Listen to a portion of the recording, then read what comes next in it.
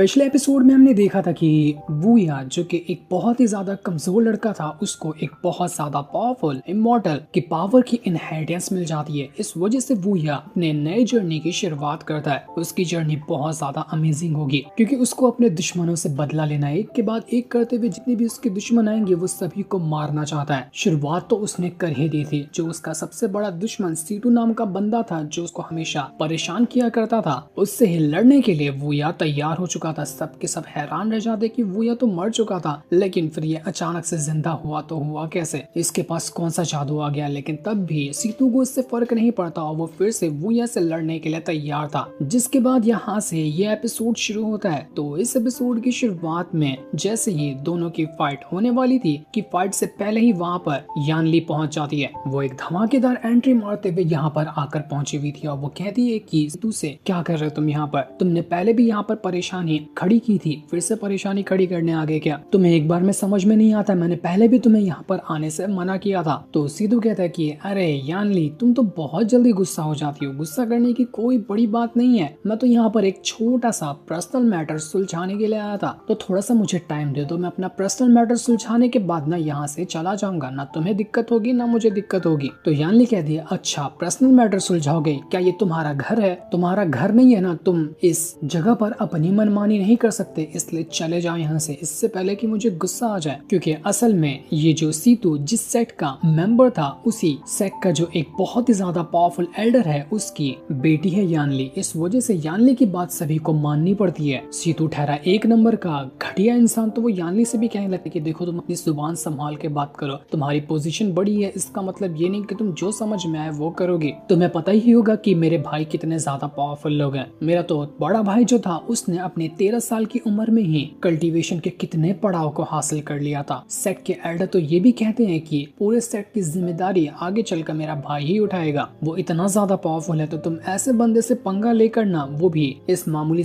वूया की वजह से, तो तुम्हें भारी पड़ेगा। इसलिए बेहतर यही होगा कि मेरा रास्ता खाली करो और मुझे जो वूया से अपना मैटर सुलझाना है, मैं उसको सुलझाने जा रहा हूँ। ये सुनकर यानली को गुस्सा आ जाता है। वो उल्टे ही हाथ का घसीट के एक थप्पड़ क्या मारती है कि सीतू दूर जाकर फेंका चुका था। उसकी हालत खराब हो जाती है। यानली कहती है कि पहले ही कह रही थी कि चले जाना चाहिए था। बेइज्जती करवाने का तुम्हें तो शौक चढ़ा हुआ है ना, तभी तुमने अपनी बेइज्जती करवाई और बेइज्जती करवाने के बाद अब तुम यहाँ से जाओगे। वो जो सीतू के साथ लड़की रहती, वो अपनी पावर को एक्टिवेट करने लग गई थी। तो उससे कह दी कि ज्यादा अकड़ मत दिखा, मैं फूंक मारूंगी तो उड़ जाएगी तू, इसलिए सीतू को उठाओ, दफा हो जाए यहाँ से, इससे पहले कि मैं तुम दोनों को जान से मार दूं। ये सुनकर सीतू और वो लड़की दोनों एकदम ज्यादा घबरा चुके थे। तो वो दोनों यहाँ पर अपनी जान बचाते हुए वहाँ से चले जाते हैं। अंकल सुन जो थे वो यहाँ पर यानली से कहते कि आपका बहुत बहुत शुक्रिया जो आपने यहाँ पर वूया की जान बचा लिया। अगर आप नहीं आई होती तो यहाँ पर कितना बड़ा मैटर हो जाता। यानली जो थी वो यहाँ पर वूया से कहते हुए जाती कि देखो, कल रात जो भी हुआ था इसके बारे में तुम किसी को मत बताना। मैं नहीं चाहती कि सेट के अंदर अलग अलग तरह के चर्चे फैल जाएं कि हम दोनों के बीच कुछ हुआ है, इसलिए इस बात को दबा के रखोगे तो उसी में भलाई है। जिस पर वो यह भी मान चुका था। इसके बाद जितने भी लोग यहाँ कंपटीशन में पार्टिसिपेट करने वाले हैं, सभी को बुला लिया जाता है, क्योंकि कंपटीशन का जितने भी ट्रायल थे वो अब यहाँ पर शुरू होने वाले थे। सबसे पहला ट्रायल यही था कि जितने भी डिसाइपल इस कंपटीशन में पार्टिसिपेट करने वाले हैं, उनको एक जगह पर भेजा जाएगा। वहाँ पर लेवल 1, लेवल 2 और लेवल 3 तीन लेवल के बीस्ट होंगे। जो जितने ज्यादा बीस्ट को मारे और उस जगह से जिंदा बचकर आएगा ना, वो ही कंपटीशन के सेकंड राउंड में जाएगा। सेकंड राउंड होगा बैटल अरीना के अंदर और वो राउंड होगा कॉम्बैट का, मतलब कि दो बंदों की आपस में लड़ाई होगी। लेकिन वहां जाने से पहले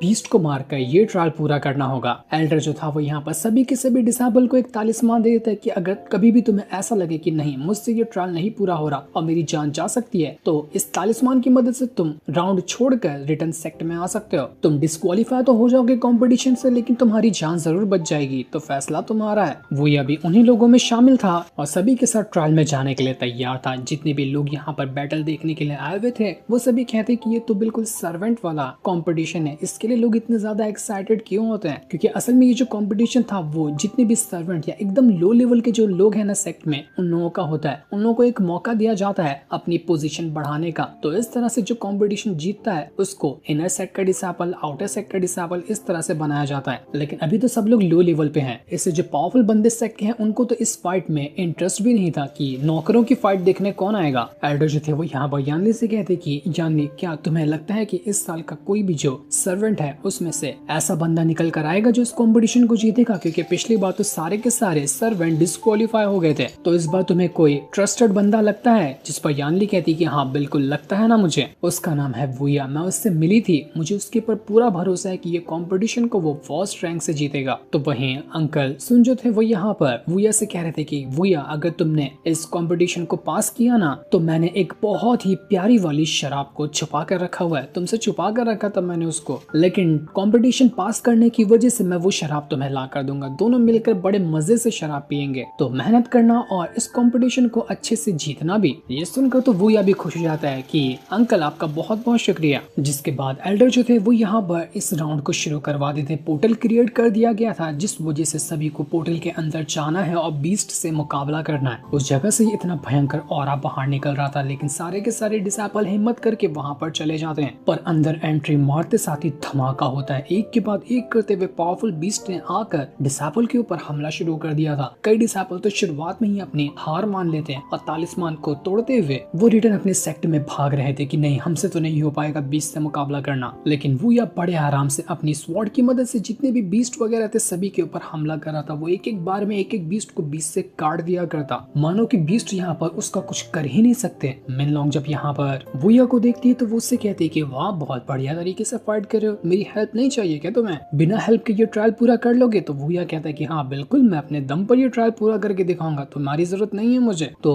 मिनलोंग कहती है कि फिर ठीक है, जब बाद में जरूरत पड़ेगी और फिर ना रोते हुए मेरे पास आना नहीं, उस टाइम नहीं करने वाली मैं तुम्हारी मदद जो तुम इतना एटीट्यूड अभी दिखा रहे हो। लेकिन वुया को इससे कोई फर्क नहीं पड़ता, वो अपनी पावर का इस्तेमाल करते हुए बीस्ट के साथ फाइट किए जा रहा था। उन्हीं बीस्ट में एक लड़की भी मौजूद थी जो खुद भी यहाँ पर बीस्ट से मुकाबला कर रही होती, पर तभी कई सारे बीस्ट उसको घेर लेते हैं जिस वजह से उसकी जान जाने वाली थी। लेकिन बीस्ट उसके ऊपर हमला करके उसकी जान ले पाते कि सही टाइम पे वुया आकर उस बीस्ट को मार देता है, जिस वजह से उस लड़की की जान बच चुकी थी। वो लड़की वुया का थैंक यू कहती कि तुम्हारा बहुत बहुत शुक्रिया, तुम वुया हो ना, मैंने तुम्हारे बारे में सुना है, तुम धीरे धीरे करते हुए सेक्ट में फेमस होते जा रहे हो, लोग तुम्हारे बारे में जानने लगे हैं। वैसे मेरा नाम ना मैंग है, तुम बड़े बहादुर हो जो तुमने बड़ी आसानी के साथ यहाँ पर बीस्ट को मार गिराया। वुया कहता है कि ज्यादा बातें मत करो, अपने चारों तरफ देखो, अभी भी बीस्ट खत्म नहीं हुआ है, बातें करते रहोगी तो ऐसे ही फंस जाओगे। मैंग कहती कि तुम्हें पता है मैं ना अपने शुरुआती बॉडी कल्टीवेशन के लेवल 6 पर हूँ, तो इस तरह के बीस्ट से लड़ना मेरे लिए उतना ज्यादा मुश्किल नहीं है, पर तुम मुझसे कम लेवल पे होने के बावजूद भी मुझसे अच्छी तरह से फाइट कर पा रहे हो, ये बड़ी मिस्टीरियस बात है तुम्हारी। एल्डर वगैरह जब यहाँ पर वुया को देखते हैं तो वो कहते हैं कि मानना पड़ेगा, यानी ने बिल्कुल सही कहा था कि इस वुया के अंदर पोटेंशियल है, वो इस कंपटीशन को फर्स्ट रैंक से जीत सकता है। लगता है इस साल का विनर हमें यहाँ पर दिखाई दे रहा है। यानी भी कहती कि हाँ आपने बिल्कुल सही कहा, मुझे तो पूरी गारंटी है कि वुया ही इस कंपटीशन को जीतेगा। वो जो सीतू के साथ लड़की रहती वो कह रही थी कि ये अचानक से वुया इतना ज्यादा स्ट्रॉन्ग हो कैसे गया, पहले तो ये इतना ज्यादा स्ट्रॉन्ग नहीं था,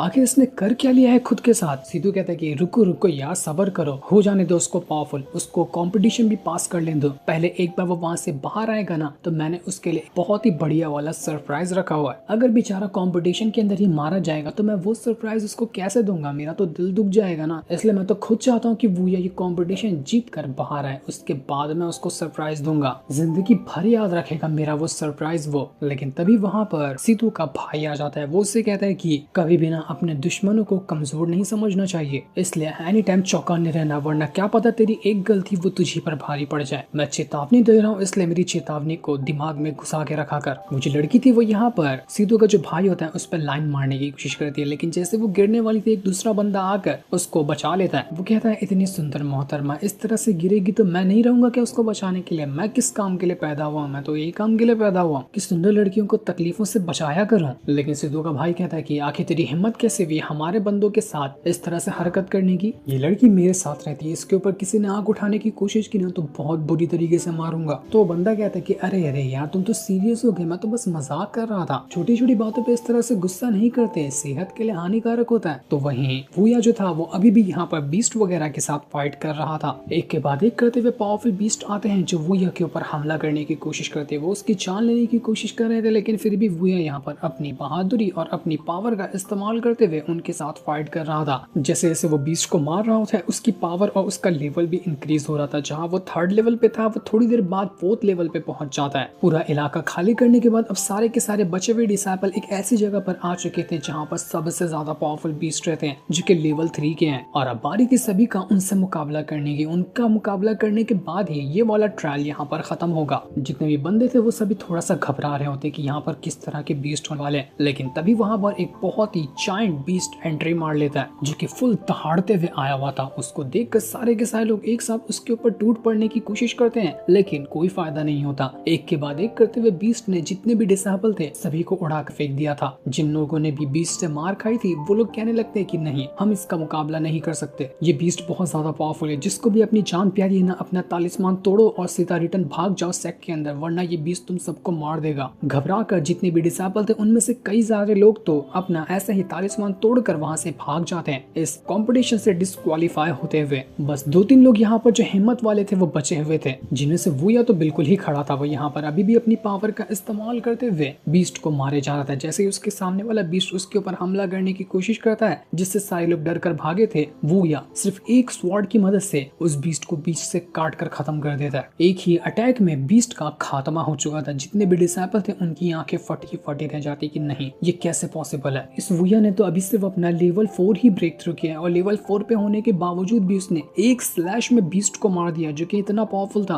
आखिर ऐसा कैसे हो सकता है। मैन जो थी वो तो यहाँ पे बड़ी इंप्रेस हो गई थी कि मानना पड़ेगा वूया तो बड़ा ही टैलेंटेड है। जितना मैंने सोचा था ये तो उससे भी ज्यादा टैलेंटेड निकला। वूया के पास वापस से और भी कई सारे बीस्ट आना शुरू कर देते। एक को मारने की वजह से अब 2-3 बीस्ट आ गए थे उससे लड़ने के लिए। मिलनोंग वूया से कहती कि देख लो वूया, ये लास्ट वार्निंग दे रही हूँ तुम्हें, चाहिए मेरी मदद तो बोलो, मैं तुम्हारी मदद करती हूँ, और नहीं चाहिए तो अपने से लड़ते रहो, कभी मर गए ना तो मुझे मत कहना बाद में। वूया कहता है कि नहीं चाहिए तुम्हारी, मैंने कहा ना मैं अपने दम से ये कॉम्पिटिशन कर दिखाऊंगा। एक बहुत ही ज्यादा पावरफुल बीस्ट आ चुका था जो वूया के ऊपर सीधा कूदने की कोशिश करता है। वूया उससे लड़ तो रहा था लेकिन बीस्ट मास्टर जो कि ये बीस्ट वाला जो ट्रायल है उसको करवा रहा था, वो बीस्ट मास्टर यहाँ पर जो भी बीस्ट होते हैं उनकी पावर को इंक्रीज कर देता है ताकि अब वूया आसानी के साथ बीस्ट से मुकाबला ना कर सके। बीस्ट जितने पहले स्ट्रॉन्ग थे उससे दुगना ज्यादा स्ट्रॉन्ग हो चुके थे और अब ये टेस्ट यहाँ पर बहुत ज्यादा मुश्किल, यहाँ तक कि अब 10-15 बीस्ट आ जाते हैं एक साथ वूया से लड़ने के लिए, पर वूया अकेले सारे के सारे बीस्ट का मुकाबला कर रहा था।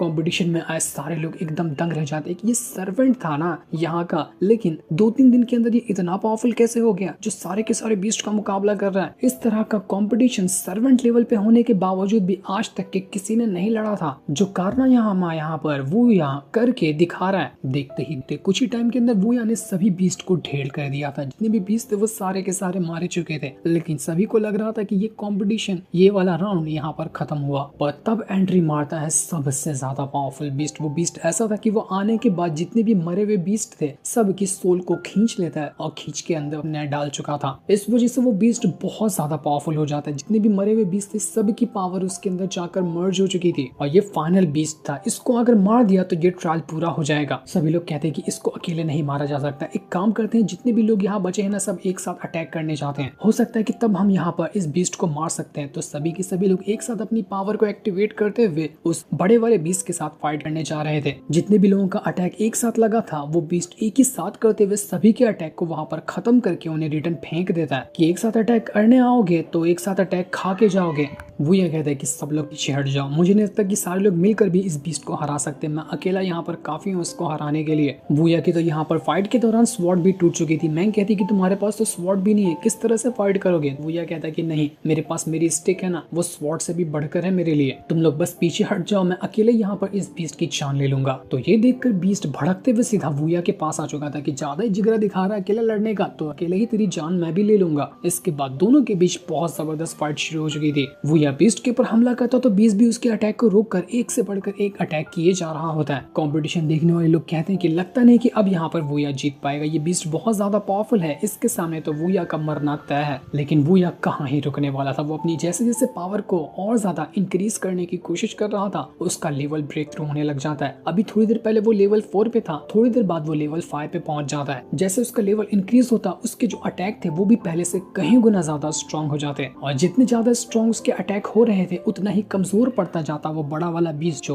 वूया से फाइट करने आया था। वूया अपनी स्टिक की मदद से एक से बढ़कर एक अटैक उस बड़े वाले बीस्ट पे कर दे, जिस वजह से बीस्ट की हालत खराब और ऐसा लग रहा था कि बीस्ट अब यहाँ पर हार चुका है। सभी लोग कहते हैं कि सारे के सारे बीस्ट तो अब मारे गए, तो लगता है ये ट्रायल पूरा हो गया। लेकिन ट्रायल का विनर कौन निकला? कहीं ऐसा तो नहीं कि इस ट्रायल को वूया ने ही अकेले कंप्लीट किया हो? हमें तो नहीं लगता। वूया का ऐसा लगता है कि वो मर गया होगा बीस्ट के साथ फाइट करते हुए। सभी लोगों की नजरें उसी तरफ थी कि कौन कौन इस ट्रायल को पूरा करने के बाद वहां से रिटर्न आने वाला है। और जैसा सभी ने सोचा था उसका उल्टा हो जाता है। सबसे पहले बाहर निकल कर आने वाला था वूया खुद। वो पूरे शान और एटीट्यूड के साथ बाहर निकल कर आया हुआ था और उसके पीछे थे मैंग और एक दूसरा बंदा। ये 3 लोग ही सिर्फ यहाँ पर ट्रायल को पूरा किए थे। बहुत सारे डिसाइपल गए थे लेकिन ट्रायल को पूरा सिर्फ 3 लोगों ने किया। अंकल सुन जो थे वो उनकी यहाँ पर खुशी का ठिकाना नहीं रहता है कि देखो देखो जरा उधर तो देखो, वूया ने इस ट्रायल को पूरा किया। वूया को मैंने ही सिखाया है किस तरह से लड़ाई की जाती है, मैंने ही उसको ट्रेनिंग दी है, उसने मेरा नाम रोशन किया। मैं तो आज बहुत ज्यादा खुश हूँ, मेरी खुशी का ठिकाना नहीं है। सभी लोग यहाँ पर अंकल सुन को ही कॉन्ग्रेचुलेशन करने लगते हैं कि हाँ आपने बिल्कुल सही कहा। आपका